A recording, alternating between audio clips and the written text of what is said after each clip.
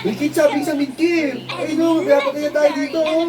Lakas mo naman mag-trash talk, hindi ka naman nakakapatay eh. Sinutay talaga ako ito, kaya pa kayo kilo. Pre! Wikit, sabi sa midkip, ayaw mo naman sumunod. Ay na nga, oh. Nasa top nga ako eh. Anong oras na? Lalaro pa din kayo? Kukunin ko yung cellphone niyo, matulog na kayo ah. Wikit, patulog na kaya tayo. Pwede na tayo, mami. Tulog tayo. Papalitan pa tayo. Kaya nga eh. Hoy kid, nandito na kami sa labas. Uy! Teka lang, bababa na ako. Bagal, pakibilisan naman, ang init na dito. Hoy kid, ano na naman yan? Bakit may bisita ka na naman? Hindi ka man lang nagpapaalam, basta-basta ka na lang nagdadala ng bisita mo dito.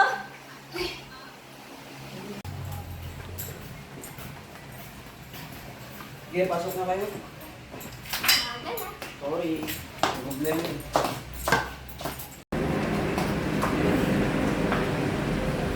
Ano gusto nyo kainin? Uy, tara, doon tayo pasit dyan. Nagugutom ako. Sakto may grocery si mama. So, chili man siya. Okay.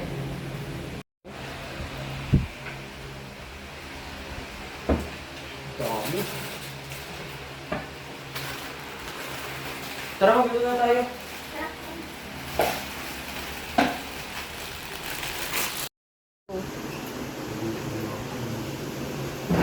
Nahugasan yan. Tara, kumain na tayo. Let's go.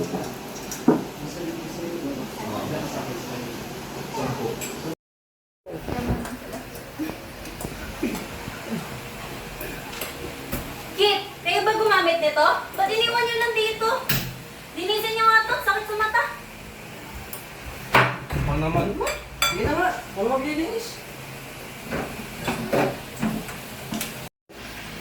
Nagdadabog ka pa yata. Ayusin mo nga yung mukha mo at tapusin mo yung ginagawa mo. Oo na ma.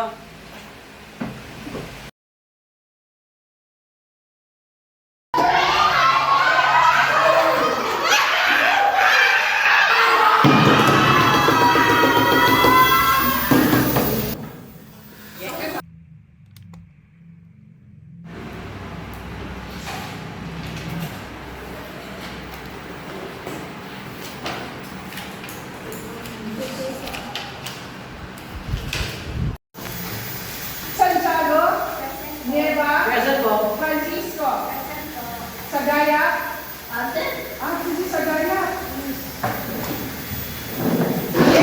Okay, ngayon talakayin natin tungkol sa verbal at di-verbal na komunikasyon. Kahit saan. Sige lang. Oo, wala. Siyempre, ito. Sige lang.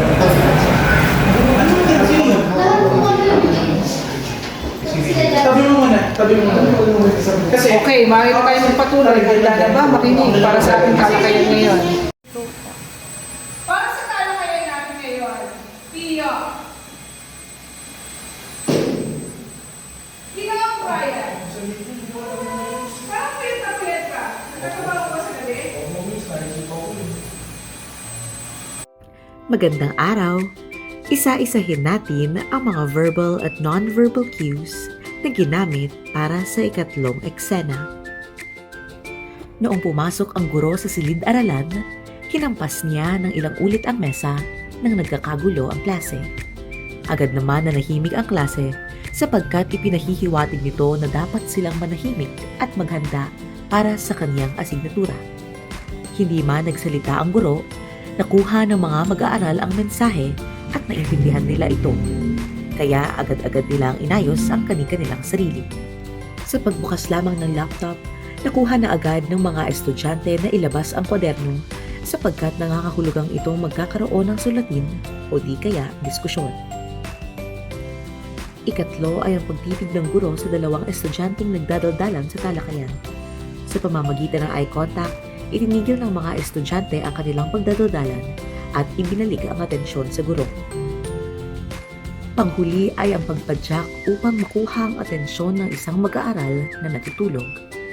Sinundan ito ng isang conversation sa kanya na nagpapahiwatig na ito ay isang illustrator.